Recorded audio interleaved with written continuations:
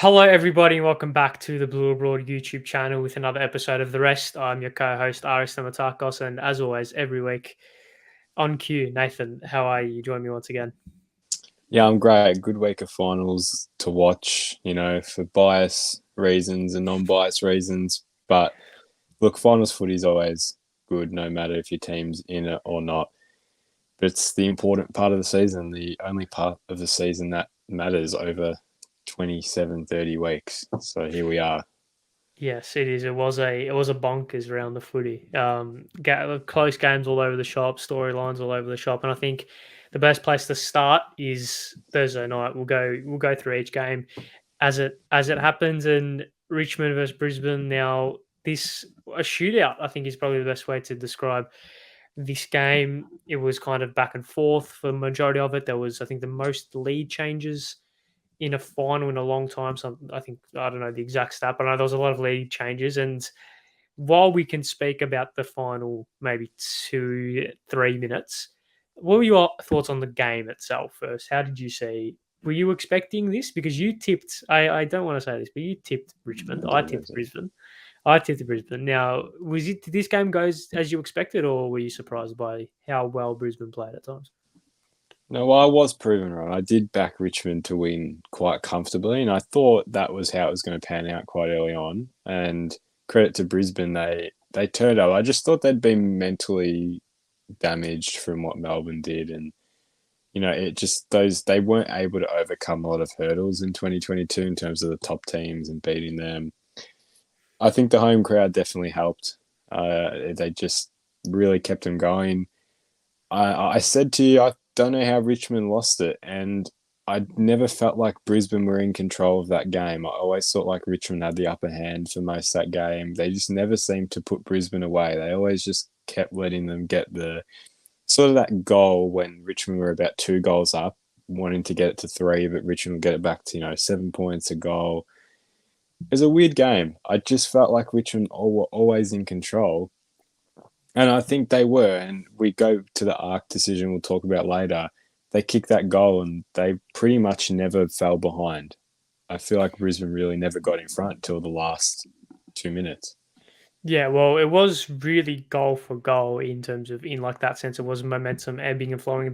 There was at no stage did it go above 3 goals, so you could tell no side really had a stranglehold of it. Richmond did have the lion's share of, in terms of being in front. They were in front for most of the game, and it was a game of moments, and it was a game of inches and centimeters. And I think it's probably best that we go to the final 2 minutes, and let's take it as it happened. You have Zach Bailey, you have Tom Lynch marking in the pocket, and this is about with 2 minutes to go to put the Tigers up by over 2 goals. Well, over 6 points, I think it was. So to make it 2 goals for Brisbane to win, you'd think a quality forward like Tom Lynch should just go back and slot it, but he's kicked it high and over or next to or behind the post. I don't think anyone truly knows. I think we all have a very good idea of what happened, but my initial reactions was that my initial reactions from that were, how doesn't he just kick it like it's not a hard kick, is it? Like, let's be honest, he could have gone a left foot snap, could have gone a drop punt. He could have actually just kicked a banana properly. And he's kicked it like that. It's gone precariously close to the post. Initially given a goal by the goal umpire, then reviewed. Were you shocked at the review, or were you shocked in terms of the way that it kind of like happened like that? It was weird. I thought it was a goal, and it even besides his celebration, I thought it was. I just didn't think there was enough to overturn it. He seemed more confused than just no, this is a point. He just didn't know really whether it was too high or not. And I guess it's pretty hard to tell at ground level how high the ball is and where it is over the post. I was a bit confused how the arc works. Like, are they seeing different camera angles that the broadcast isn't being shown? Because they seem to know conclusively that this was a behind, when I don't think anything really from that broadcast conclusively define that as a behind. I think it was pretty harsh to overturn because we could just see front on, but side on is a completely different story. And sometimes it's a bit hard to tell where the ball is in relation to, behind or, in front or behind the goalpost. So, very tough one to take, especially if you're a Richmond supporter. Uh, yeah, it's just a It's a grey area, real isn't it? good talk. Because It is a full on grey area. I just don't know what's going on in that arc. well, I there was this thing floating around on Twitter, and I think this comes down to like almost maths in a sense because we were given three angles and they were all from different spots. One of them was from the other end of the ground looking face on towards the goal. I can't remember where the other ones were, but they were from very different angles, right? And I think people don't realize that the footage that they show is all synced up. And I think what the what the arc must have looked at is that from what I saw anyway, and I think I don't have 2020 vision, right? But to me, it looked like the ball was over the post on at least two of those angles, which means it has to be over the post based on what we've seen. I think, right? I'm not saying I'm right, but that's what from what I've looked into because I was very intrigued by this, and I was looking at different things and looking at like perspectives on stuff and trying to find if similar things have happened before. We obviously in the 2002 grand final, Anthony Rocker had that shot. People obviously no video technology back then. People saying it was a goal that was obviously given a point and probably cost Collingwood the grand final. But we're now in an age where we have these cameras, and while they don't have to be high def cameras, I think people aren't giving the arc enough credit because I feel like they know stuff. Maybe not credit, but I feel like the arc definitely know things that we don't know in terms of what camera angles mean. Because when you have three cameras all synced up and the ball's over the post on at least two of them, you can make a case for all three of them.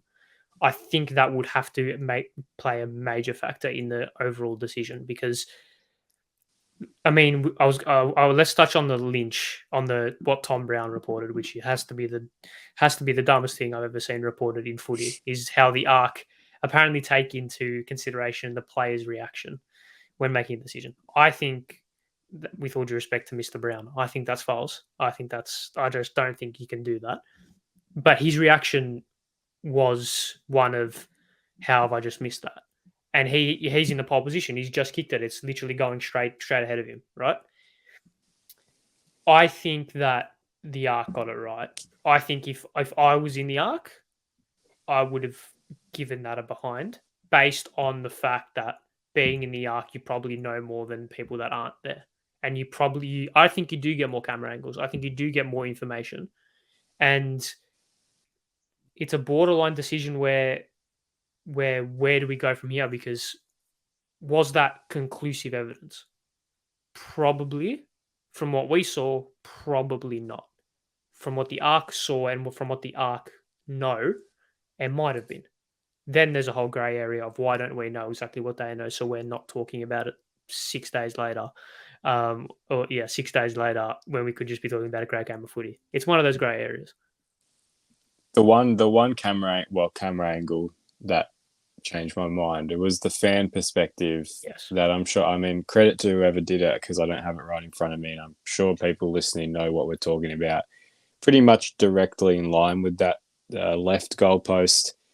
That one, I think, sort of summarized and made it clear that it was a point, and I think it was probably the best angle of that goal behind in the end. So takes a fan recording for us to actually get some conclusive evidence, funnily enough. But that's the digital age we live in, where at least we have that rather than never having it, like you said, like 20 years ago with Anthony Rocker. So we'll take it. Yeah, I mean, we will. But I think this goes on to a bigger talking point of what are we doing? Because the goal umpire gives it a goal. He gave it a goal, didn't he? Yeah, he did. Yeah. And then it goes to review, overturn the decision, based off what we knew at that time as pretty inconclusive evidence. And then obviously we all know what happens, which we'll touch on a little bit later. But is the arc good and underfunded, under I don't know. Is it just not? Is it good in terms of the concept, but just not good enough in the development of it, or is it a thing of let's just stick to the goal umpire's decision because that's what they're there to do. That's what we've paid goal umpires to do. That's what they're best at, to make goal decisions. They've got the best seat in the house above everyone else, and human error kind of, well, it's quite funny because people were like, how can we get decisions wrong when we have technology? It's like all the arc is doing is just involving two or three more humans in a decision making process. So naturally, more human error is going to occur because there's more humans deciding it, right?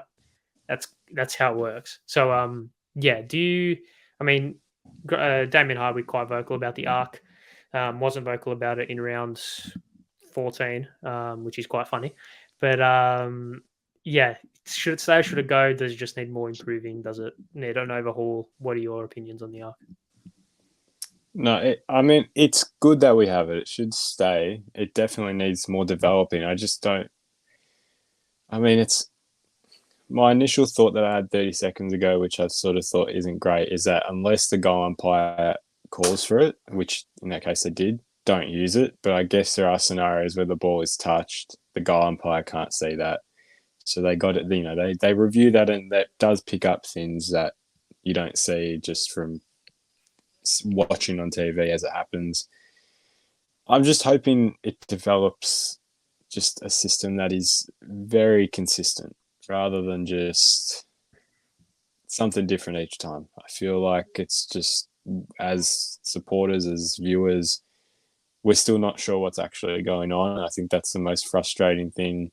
When nothing comes out about what goes behind the decision making process. And I guess, it comes down to games like these, with moments like these where it does have a quite big impact. And I feel like fans, viewers are just sort of left behind and having to make it up for themselves and figure it out for themselves, which don't like too much. I don't really like. Yeah, it is a guessing game at times, and we don't really know what it's going to be. Of course, with the whole inconclusive evidence and umpire's call, then every which way you want to determine a decision. But yeah, I think the ideas there, like the ideas were good. I just feel like it needs a little bit more developing, in my opinion. But that wasn't the end of the game. Despite as many people want to assume that that cost Richmond the game. What, in my opinion, cost Richmond the game was the fact that 5 defenders couldn't spoil a touched ball in the goal square and allowed Joe Danaher to scramble through the winner. Now, it's quite funny. I was watching it on the couch with my dad, and obviously we're Carlton supporters. Naturally, not the biggest fan of Joe Danaher based off his Essendon allegiance, but we were just kind of questioning his ability to step up in big games. Didn't really do a whole lot. Obviously, got thrown in the ruck, which isn't his preferred position, but wasn't really cited for majority of the game. And then bobbed up in the last quarter with 2 crucial goals and the winner. Yeah, it was. If it had to be anyone, it'd be Danaher, the big money signing. He hasn't really proven himself in big games, and he did it on probably the most, maybe not the biggest, but probably the most important stage that Brisbane have had in this time. It was such a weird play. Like, I get their intention, and it was clearly just a rush of energy, just get it through, not much time remaining. But for such an experienced team, it was one of the weirdest defensive decisions I've seen for 3 or 4 of them to go up for the ball. No one waiting at the drop of the ball, and that's it. Cost them the game in the end. And it was just the goal itself that Danaher kicked. It was not like a big, tall forward to kick that type of goal where it was like quick rush, snap around the body. It was just made for a small forward like Charlie Cameron, yet some 200 centimetre forward was doing it. So it summed up that game quite well. I thought that moment, just everything happened in that game, like absolutely everything. And that was the peak of just everything happening. Joe Danaher kicking a small forward's crumb of the ball goal. Yeah, it was insane. It was an insane moment. I think it kind of, like I said, it typified the whole game. It really had a good summation of it, and that, of course, was the final act of the game. Really, Brisbane won in the fashion in which we all thought if they were to win, it would be in that fashion. Now, I want to speak about a man who is above you, Nathan. That's not Chris Fagan. It's Lucky Neil. Um, he is he underrated? I think there was this comment floating around midweek that he's still one of the most underrated midfielders of our generation. He proved it again on Thursday night, just how good he is. He played 100% game time in the second quarter. In the second half, had 39 touches, 15 clearances, 6 inside 50s, 9 scoring involvements. He's ridiculous, isn't he? And doing it on the biggest stage of probably maybe not his career, but one of the biggest stages of his career is something special. Yeah, he stood up big time, and he was just really vital to Brisbane's ball movement, I think, through the middle. Because at times they sort of struggled to, transition off Richmond's turnovers, and he was just there providing that link in handball, just going forward, just like repetitive efforts. He was really good on the night, just showcased what that talent he's always had, and it's not dropping off anytime soon. He's keeping that team going, I think, and I think without an effort like that, Brisbane wouldn't have got over the line just based off what their previous form with confidence, down low. He stood up, performed, and sent a message to the rest of that team that we're not done yet. Yes, I 100% agree. And his chase down tackle on Shea Bolton with under a minute to go was something special as well. But I think it's time we move on. Just quickly, obviously, Brisbane through to a semi final against Melbourne. We'll probably do a quick preview of that at the end of this. But Richmond, where do they go from here? They're obviously looking at Taranto, looking at Jacob Hopper. Jack Revolt has signed a new deal, a new one year deal, ensuring that he plays on next season. Is this the end of the road, or do they have one more stint in them? It's so hard to call, isn't it? Because don't we say with Geelong every year, like, oh, this is it, that was it. Yeah. And we haven't seen that yet with Richmond, I don't think. We haven't seen that is this really their last year. I think they'll have the potential to not, I wouldn't say challenge, but I still think they'll be around that finals talk next year. I don't see them dramatically dropping off. I just think there's still talent in there that has too much success and too much experience for them to drop so low. And yes, Rewalt, Cotchins, possibly Dustin Martin if he stays. They're not getting any younger, but I don't know. I think it would be very harsh to write them off already. 100. Yeah, I agree. I think the talent's there. It's not like they've still got the kids coming through. Obviously, Bolton is a star. Players like Tyler Sonsi, Josh Gibcus, Noel Cumberland. These guys are going to be the next generation for them. So I don't think they need to stress too much, and especially if they get Toretto and Hopper, would be one hell of a coup to steal them off the Giants. But let's move on because time's getting away from us, and there was more than one final on the weekend. Let's go to Friday night, Sydney versus D's, the first of the two qualifying finals. Now, while it didn't live up to the hype or didn't live up to the expectation that was set by Thursday night's game, it still was a pretty intriguing game. The Swans upsetting the D's on the MCG, just like I predicted and just like you wrongly predicted, just FYI. That's 2-0 on the scorecards for me. But yeah, the Swans just looked comfortable. They just looked really. Sorry to bring that up, man. I just needed to gloat.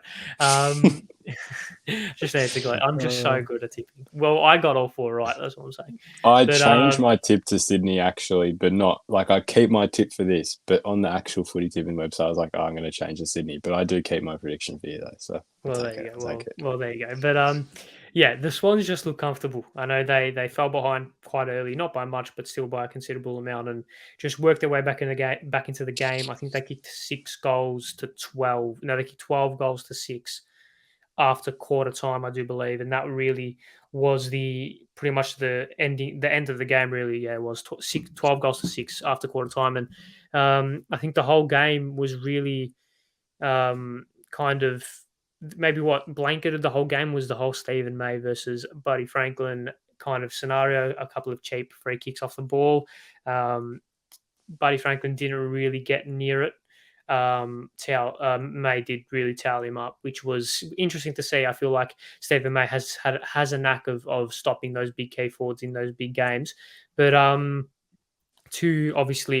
two storylines come out of that is that the Swans host a prelim final at the SCG for the first time since 1996, and the D's have to go through the Cats if they want to win the premiership. What are your thoughts on both of those things? Let's go with the Swans first. Do they already have one foot in the grand final? They've only lost twice at the SCG this season, and we saw against Collingwood earlier on or a couple of weeks ago in round 22, I think it was, um, just how much they can control games on that ground. Do they already have one foot in the grand final?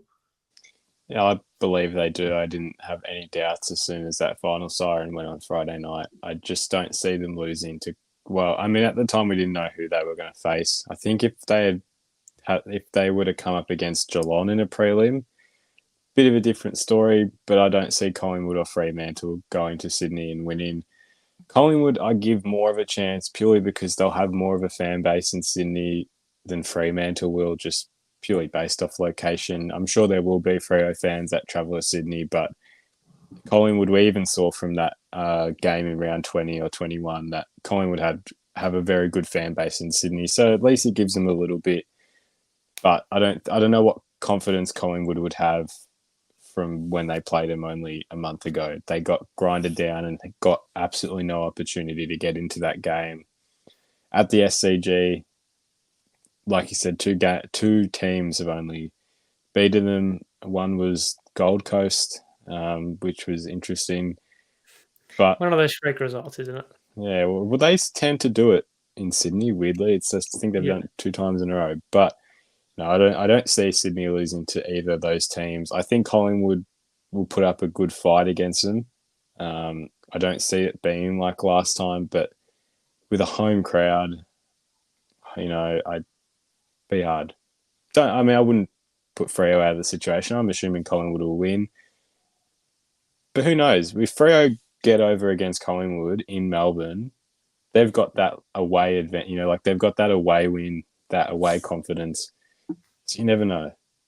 Yeah. I as soon as that, I felt that the winner of this game had one foot in the grand final, just based off the fact that Richmond, or it would have been Richmond, Brisbane, no, I assumed Geelong would beat Collingwood. Thus, me thinking Collingwood were the other team in this, but I was more torn about the Brisbane Richmond one. I just felt like they couldn't string, they couldn't just beat either team at that ground. So I feel like Collingwood have beaten Melbourne twice at the G. I don't see them losing 3 times in a row against Collingwood at the G. Brisbane, we all know their record at the G, and then Richmond, I feel like Melbourne just have their number, I think, at the MCG. So, although I could be proven wrong based off record, but it was Sydney, and now I think Sydney are pretty much certainties to be featuring in the last game of September. If it's Collingwood or Freo, I just don't see either team really being able to have that discipline to get it done, because I feel like to beat Sydney, you have to be a very disciplined side and you have to take your chances because you don't get a lot of them. Especially this new Sydney team. We've kind of seen a new Sydney team in the past maybe month, 2 months. They went on a 6-game win streak to end the season, and they've just had all this confidence riding into finals. And we saw that on Friday night. Now, I think we both agree that it would be a maybe not a big upset, but it would take a bit to beat the Swans at the SCG. So we assume that they're almost certainties to be in the grand final. Not certainties, but they've got as good a chance as Geelong, put it that way. The only thing I think stopping Sydney from making it is they're going to believe their own hype, in a sense where they'll basically just think, well, we're in. We can't lose this. And a team like Collingwood is definitely one that would pounce on something like that. So I think all they have to do is really turn up and play their way, play their disciplined game style, and they should be able to get it done. I think mindset is the only thing stopping them from getting to that grand final. 100%. And of course, the other team that is still in the finals based off that game is the D's. They versus Brisbane. Yes, they're versus Brisbane on Friday night, I think. Yep. Yep. Yes. They have to go through Geelong to win the flag. We all know Melbourne Geelong games have been thrilling, both in the close game fashion and in the smashing fashion. I feel like last year's preliminary final was just as intriguing as their game only a few weeks before that, which was decided after the siren. But I feel like Melbourne, this is just another stumbling block, and I don't see them being able to string together 3 wins in a row to win the flag, or let alone 2 wins in a row to get there. Obviously, Petrarca, that injury issue, we don't know what's going on with him. Charlie Spargo has no voice yet. I think he's still going to play. It's going to be tricky. Tom McDonald, of course, isn't knocking the door down to return to that team. It's going to be a very interesting watch on Friday night. And of course, Melbourne and Brisbane have some history. Why Mr. Dane Zorko and Harrison Petty will be on the same field once again, which will be spicy, no doubt. So, your thoughts? Can Melbourne make the granny? Are they in the premiership window? What are your thoughts? What are your feelings around them? I mean, look, they got to get over Brisbane, which you think is likely. I think they can knock off Geelong, and I don't know what I saw from Geelong on Saturday. I wasn't overly impressed. I just thought their age showed in that game where they did look really tired and really exhausted towards the back end of that game. And it took quite a strong effort for them to really compose themselves and get that final goal because it seemed like Collingwood were really just on top of them and they couldn't finish Geelong off, which is often the opposite with Collingwood where the team who's playing them can't finish Collingwood off. Collingwood couldn't finish Geelong off this time. But I thought what Collingwood did, which they grinded them out for 4 quarters, really hurt Geelong. Their ball movement through the middle just was non-existent at times, and they really struggled to move the ball. They were playing sort of very slow game at times if they were to penetrate Collingwood's defensive 50. I think that's why Melbourne have that team, that real pressure, that real grunt to get over Geelong. But I think it might be dependent on the result with Brisbane, just how they manage Brisbane. Because I think if they dispose of Brisbane as easily as they did in round 23, I'd be worried if I was Geelong with Melbourne going in with that confidence. It's a hard one to call. Just based off what I saw with Geelong, I don't think Melbourne will be that easy for them. And Melbourne do play them very, very well at the MCG compared to Cardinia Park. So hard one to call right now, but I think it will be a bit clearer after Friday night. And for all we know, it might be Geelong Brisbane and we're having a completely different conversation. But your Yes. views on the matter?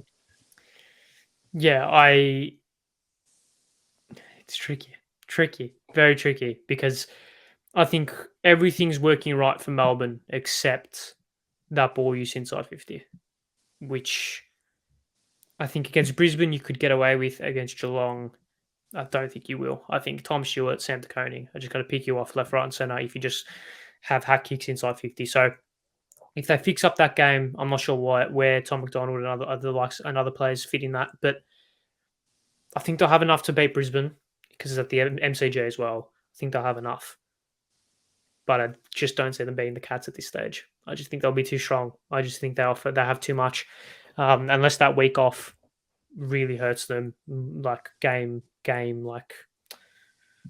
sharpness wise and match sharpness wise, I just don't see that happening. But with the Cats, they played 4:45 on a Saturday afternoon, which we were very critical of, but I feel like it just added to the drama. I feel like it just added to that twilight. Like as the game's drawing to a close, the night the sky becomes dark and everything becomes all gloomy and more dramatized. But it was game of the season. It certainly was up there. It It was was up one hell there. of a game. One hell of a game. You just knew it was going to keep going until that final siren went. It was one of those where you knew even if a team got out to 2 or 3 goals, it just wouldn't end like that. Yeah. It's a good game. Definitely got the heart rate going. Oh, it did for me. It's I full think on. if Carlson were in that game, I wouldn't be here. You'd have to find a new co-host. My body wouldn't be able to take it. But I think there's so many talking points that have come out of this game. But I feel like let's touch on what should we touch on first? Let's actually go from let's go through a couple of players I want to speak about. Now, first Yeah. player I want to speak about, Taylor Adams. Season done. What does that mean for Collingwood? Because we all knew the groin issue coming into the game. We all knew the injury cloud coming into finals, and that was a nasty looking injury. They're saying torn off the bone. It certainly looked very severe. He was in pain straight away. He knew straight away. You never want to see champions of the game go down like that, especially in a high pressure game when their team needs them. So his season's definitely done. I wouldn't say like it would hamper him too much come next season, but he definitely put a damper in his preseason, no doubt. Where did Collingwood go from here? Because he adds a lot to their midfield in terms of just what he offers in terms of his quality, but just confidence that you know that you have Taylor Adams there to bail you out of any danger, and just the confidence that he gives the rest of the team. It's going to be, especially coming up against the Dockers midfield that has your Brayshaws, your Brodies, your Mundys, your Sarongs. They really probably needed Taylor Adams in that game, but they're not going to have him. Does this lower your confidence in them a little bit, or do you think they've proven it that they could do it without him? They'll just do it again. I think they've proven they can do it without him. I don't think it would kill their confidence too much because honestly, if it does, it's probably not a good thing that because it just shows you're reliant on one player in that sense, which I don't think they are. I don't think it will hurt them too much. It definitely, in this matchup of Collingwood Fremantle, it does hurt. Just that run and carry off halfback. Sometimes they lose. More of the ball will go through someone like John Noble, and it's sort of a bit similar to what Carlton had. You had someone like Sard who was doing it all year, and then you had Zach Williams back. So you had two people, but it's sort of just the dependency. Now they got to figure out a couple different strategies, which their experience. They've shown their experience enough to figure it out. Just over what we've seen through the course of the year, it definitely hurts. So a lot of experience out of that team, but premiership teams will adapt to that, and if they want to go all the way, they've got it. They have to face it. They've got no other way. Yeah, it's a tough one for Collingwood. A really bad time for that to happen. No doubt, and I think that's probably a good segue into another talking point. Going on to Collingwood in general, I feel like it's a probably good place to start. They've lost a close game for what feels like 6,000 years, for the first time in at least 4 decades. It feels like. Personally, I just felt like when was it Max Holmes, Brad Close, when Geelong kicked the goal with a minute to go, I was like, Collingwood are going to win this. I don't know how. Even when Dangerfield marks it on the wing with 30 seconds to go, I'm thinking they're probably going to win this somehow. I don't know how, but they might just win it. But it wasn't meant to be. The Cats ousted them or bested them, however you want to call it. And can they do what they did in 2018 but go one further? They obviously lost the qualifying final to West Coast over there. They came back and beat the Giants, I do believe, in the semi. And then they obviously that game against Richmond in the prelim. Can they do it again? Can they do it again and go one further, or is this just one stepping stone too many? I do think it's one too many. I just don't see them going into state and winning. They are a team that really feeds off crowd energy, and that's not just Collingwood. That's your Carltons, Essendons, Richmonds. They all don't perform that well interstate. It's a very tough run for them. And we go back to 2018, that they played Richmond. It's a home final in a sense, because it's their home ground as well. It'll be really tough for them. I don't think belief is a problem because they've gone through every possible obstacle, every scenario that could have happened in a close finish, they overcame. So belief isn't the issue. I just think looking at everything, just in general, crowds, the teams they're playing, it just seems like a very tough challenge. But even this week's a tough challenge. Uh, this team, most of this team hasn't experienced the finals loss, and going into the second week, Freo have just experienced their first final win. So you're playing a team with a heap of confidence, especially after the type of win they had. It's a very tough battle for them, and that's why I think if they win, I don't see Sydney doing the same to them, because I think Collingwood are a team that could turn up and do anything on the day, and that's why I think teams just get worried and don't really put them away, because there's always that worry about what are they going to do next, or are they going to get back into this game. So I don't want to speak too much, say anything too bad, because that's the thing, you never know. And I think, look, it's a good thing for football just in general that a game is never over when they're in it. Yeah, no doubt. I don't know what losing a game like that could feel or could have on that Collingwood team. Granted, I felt like this when they lost against Sydney. I thought the mentality could be, all right, we've gotten away with it for 12 weeks. We won by under a goal for 12 weeks in a row. We finally get beaten. Maybe we aren't good enough. Maybe we did get lucky and the confidence can drop. Obviously, they smacked me right in the face the week after. But maybe this could happen again with this Geelong result. They could be thinking, like, the players could be thinking, we win those games. Why didn't we win those games, like that game? Because they're the games we win. Like, if you were told 99.9% of people that with 1 minute to go, it would be 70-72 apiece in that game, I think 99.9% of people would say, yeah, Collingwood will win that game, just because that's what they do. That's them. That is what they do. So I don't know what that's going to have. I don't know what effect that's going to have on them. I don't know what effect Craig McRae's comments after the game could have on them. Of course, he branded some of his players as acting like losers because they were lying on the ground. I'm not overly happy. I'm happy, but I'm not a fan of those comments. Put it that way. I feel like he could have worded it a little bit better, and I don't agree with it to an extent. But hey, Craig McRae's a senior coach, and I'm not, so I'm assuming he knows a little bit more than me. Yeah, I think it's a mentality thing, because I think Collingwood's best.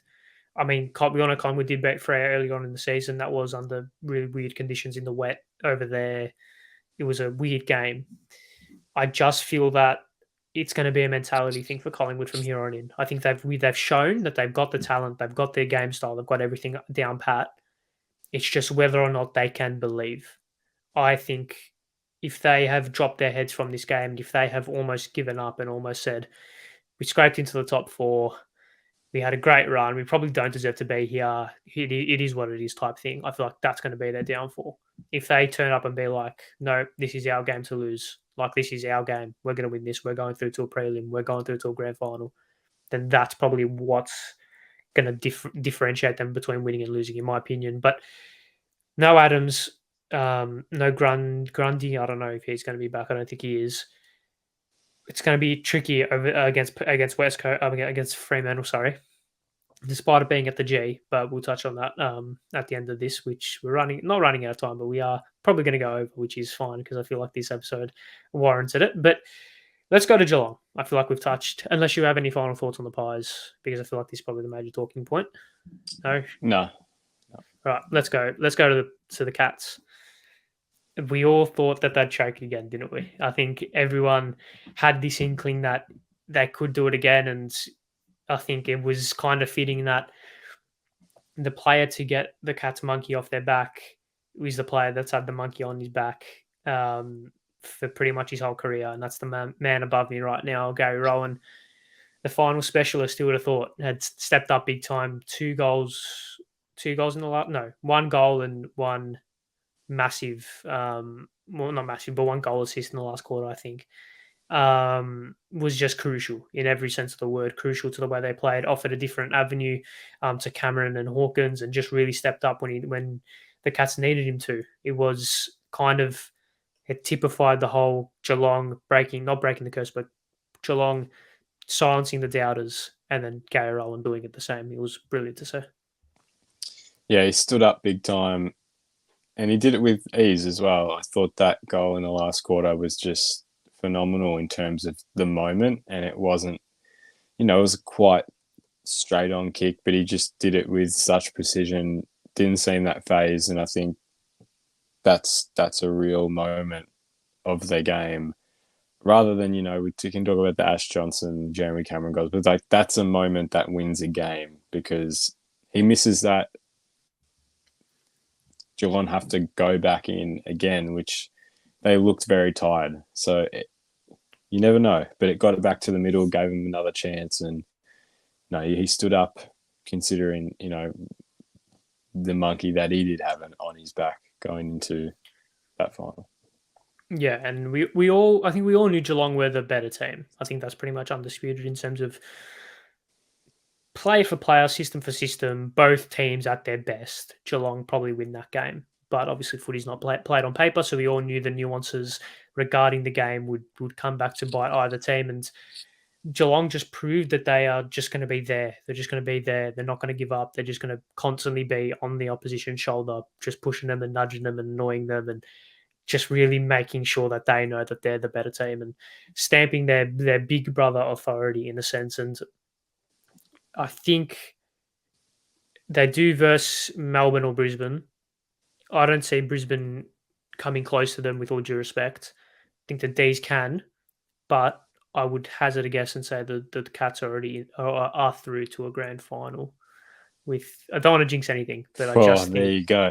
Well, There yeah, you there you go. go. You've heard it here. You've heard it Yeah, here, Ron. I've heard it. You heard it here first. It's going to be a Geelong versus Sydney grand final. That's it. No more. I'm joking.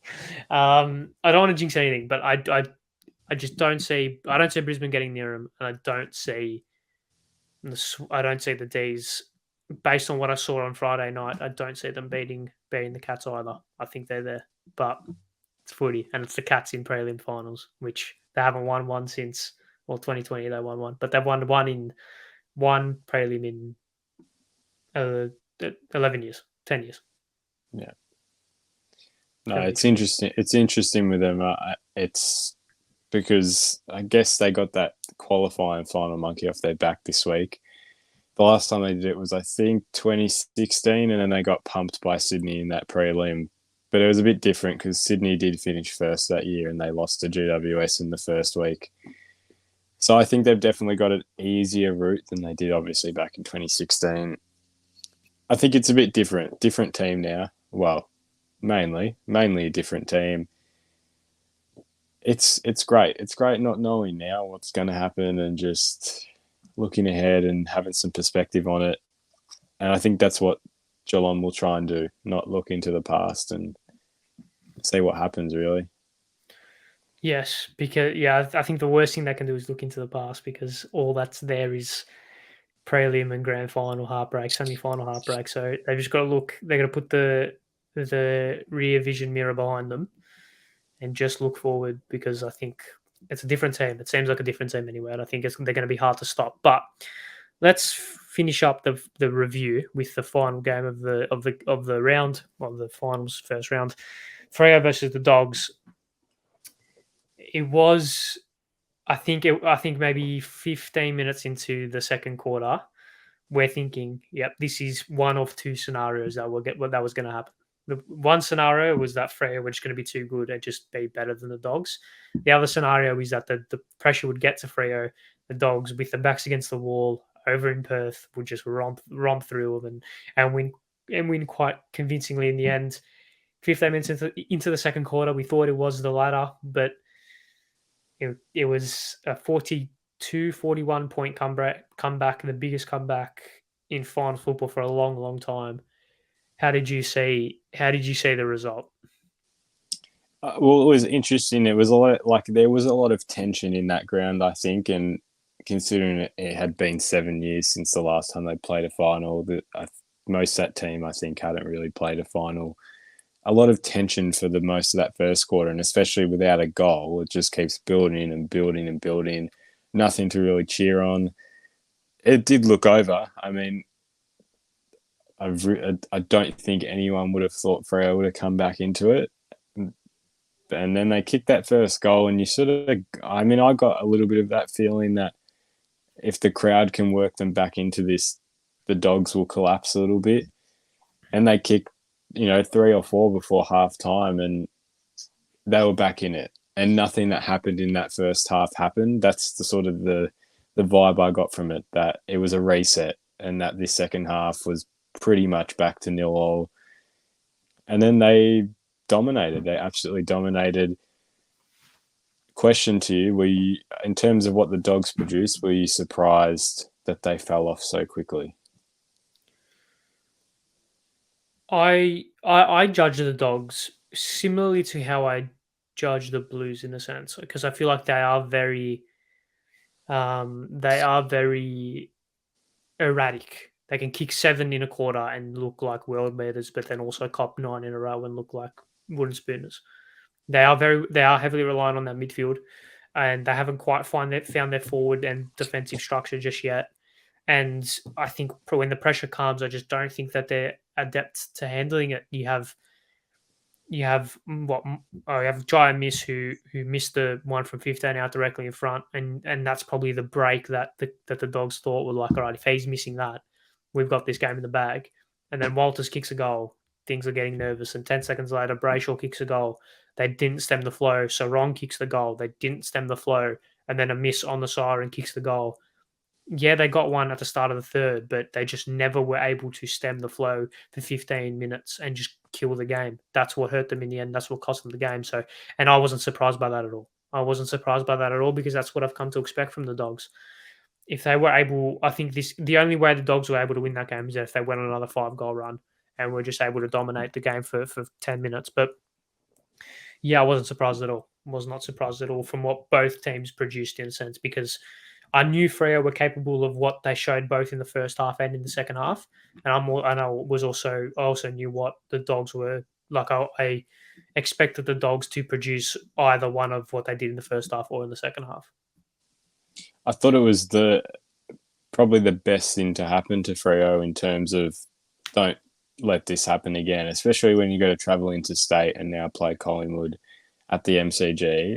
You can't do that because you at least had the home crowd in Perth, and that's always going to help. But you're not coming back against Collingwood. Any interstate team you play this year, you are not doing that. It's just not going to happen. So I thought it was the best thing to happen to Fremantle in the end in terms of just how everything worked out. A very good lesson, and they were lucky they didn't learn the hard way, coming back and then losing, by in a close one at the end. Yes, yes. And do you think this can propel them deep into September? Because this is that confidence that it's like, all right, if we can't lose despite being 41 points down, we're fucking invincible. Like that's got to be what their mantra is going to be. That's what their mindset's going to be, and they're going to go to Melbourne versus the Pies at the G Saturday nights, and just they're going to have their backs against the wall like they did in the first half, like they did in the second quarter, or in the second quarter in particular. They're going to have to do what they showed in the second half again. And I think before we touch on the preview for the 2 games that are on this weekend, with the Western Bulldogs, where do they go from here? Are they going to tank? Are they going to stay around that 9th to 6th, 5th spot? They've obviously Josh Dunkley is toing and froing. We don't know where he's going to be. They've obviously got Jamara, Sam Darcy, these kids coming through. Where do you see their 2023? They're a really weird team to analyse. They're a bit similar to Port Adelaide, I guess, at this point in terms of just position. Their list would suggest that they should be competing still. I'm not sure. I don't know. I just don't see them going up at all. I just think I don't know where they're going to peak. Like, I don't know if anything's really going to change. They've had the same coach now. I think Beveridge has been there for 8 years now, 2014, 2015. The same sort of system. I just don't know where they're going to improve from unless there's a significant change. And maybe it did feel at the start of the season that team needed just a bit of a refresher, and that's something to just liven them up again. It's a very hard one to call. you can never really predict with the Dogs because we thought they were going to do what they did last year, finish, third, fourth, fifth, compete, but they just dropped off, and they dropped off straight away, and they just slowly they were always there, and they came good when it mattered at the end. No, I feel like they can kind of not count themselves lucky that they made finals because every team that's in finals deserves to be there, but they didn't exactly knock the door down. Put it that way. Yeah, There was Carlton's was Carlton basically losing 4 games in a row. If Carlton would just be one of those last four, we're probably firstly we're either depressed or really happy, and the dogs aren't playing finals. But I do think that next season is a little bit of a fork in the road for them. Do they either, or maybe this off season is probably a fork in the road to them for them? Do they either not tank, but do they either maybe put a chalk through or put a line through maybe 2 or 3 seasons to get this list back to where it needs to be and really refresh this list, or do they just go hell for leather like what Geelong have done with just getting top up players like your Isaac Smiths, and etc., to just make one last premiership push? I don't know, but it will be interesting to see nonetheless. I think this is probably the best time to go through the 2 games over the weekend and just give some predictions for both of them. Let's start Friday night. Who have you got? D's, Lions, MCG, prediction, margin, explanation. look, I don't want to. I did D's last week, and they seemed to let me down. Look, I'll stick with them again. I just don't see them going out in straight sets. Be very odd for them to do so, especially considering Brisbane's record. I'll back the D's. I think it'll be close. I mean, you don't see finals blowouts that often, and what was the largest margin this week? 21 from the Swans, so 22. So I'm going to say D's by 19, but I think they'll be in control for most of the game. Brisbane could get off to a good start, like Richmond, but I just don't think they're mentally able to maintain 4 quarters of performance at the MCG. So back in Melbourne. Yes, I would have to agree. I just think they're going to be too strong. I just think the mental hurdle for the Lions, especially against Melbourne, but also at the MCG, it's going to be too much for them. I'm going to go with the D's by. I think it'll be close-ish. I'll go with the D's by 17 points, just under 3 goals. But it'll be a quite comfortable. Like it won't be as tense as some of the games were this weekend. But let's go Saturday night. Pies, Dockers, MCG. I'll kick this one off. And call me biased, call me whatever you want. But there's something about this Fremantle team that is smiling to me. It's just telling me good things.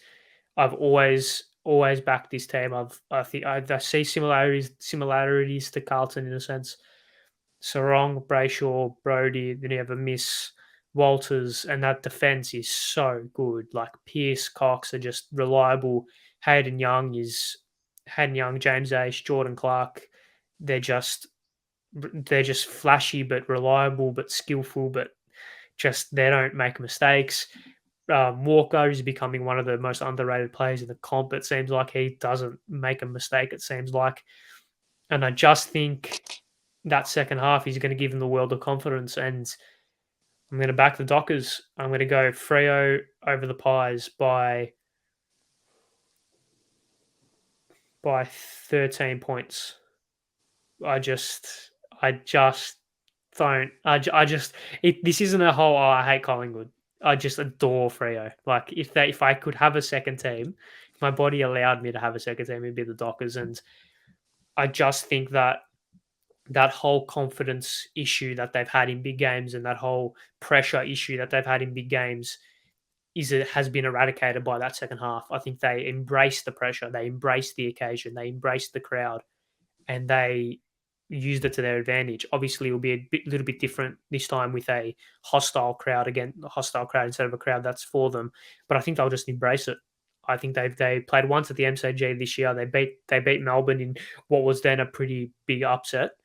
I just see the Dockers beating the Pies, and it would be a very, very momentous win in the history of Freo because maybe not notoriously, but there's been this notion that they struggle at the MCG, and I just think they'll get the job done. I really like Freo, so I'm going to back them by just over 2 goals.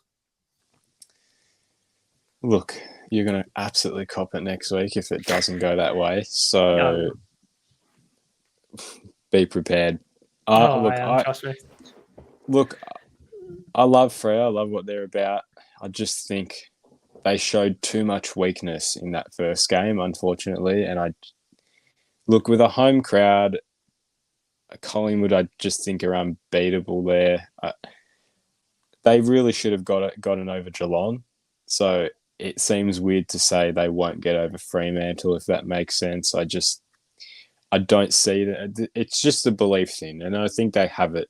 I think we'll know very quickly in that game who will win it. I don't think it'll be one of those games where it'll be close the whole time. I think the dominant team will be right at it from the get-go. I just think Collingwood, they don't want to go out in straight sets. A team like that would definitely not want to be embarrassed like that. I'll say Collingwood by, I reckon, 13. I think it'll be, close, but I just don't think they'll let Freo get a sniff. I just think they'll look at what the Dogs did, and especially at their home ground, they'll go right at it. But I'm looking forward to it. I'm definitely looking more forward to this than Melbourne, Brisbane. No doubt. This is going to be a cracker. I think this is going to be a really, really good game, and I can't wait to see it. But let's finish up with maybe just a last little tidbit that we should at least mention. The broadcast still came out this morning, was announced this morning anyway. 7 and Fox have it till 2031. No more Saturday nights permanently for Channel 7. Those will be on Fox Footy, having a Super Saturday type scenario. Thursday nights, however, will be a almost permanent fixture. I'm very vocal. I hate Thursday night footy. So this is just a massive kick to the guts to me. I'm not sure Gil cares, but yeah, I'm not a fan of Thursday night footy, but I guess I'm going to have to accept it. Your thoughts, quickly? Honestly, I don't really mind too much. I mean, I want to be at the games rather than watch them on TV. So, I guess when it's not Carlton, it's a bit different. The Saturday night thing's the only thing that throws me off. I don't really like that. But the commentary thing, massive fan of. Absolutely love it. And that, if you go anywhere on Twitter, Instagram, it is just, thank God it is 2 now, but it's still 2 more years away. So, 2 more years. Is it 2 more years away? I think it starts 2025. So 2 seasons, 2022, 2024. Well, there you go. I didn't know. I probably should have done my research. But yes, that's probably the only thing we really need to speak about. Moment of the rounds, I think could have taken a couple of things, but I'll just go with Max Holmes running into an open goal. The noise, or maybe Gary Rowan's goal. But probably Gary Rowan's goal. Right? Probably a little bit better. The Jeremy Cameron one was moment of the round. I loved it. Yeah. And also the BT commentary on Triple M. Yeah. The BT commentary on Triple M. Yeah. That was funny. Check that out. That's good. That's good crack. But I think that's all, just under an hour. It's probably the longest episode we've done of this. Thank you all very much for watching. Make sure you leave your thoughts in the comment section below. Subscribe to the Blue Broad YouTube channel. Like the video. Nathan, thank you very much for joining me. Can't wait to do this again next week. Thank you all very much for watching. See you guys next time, and goodbye.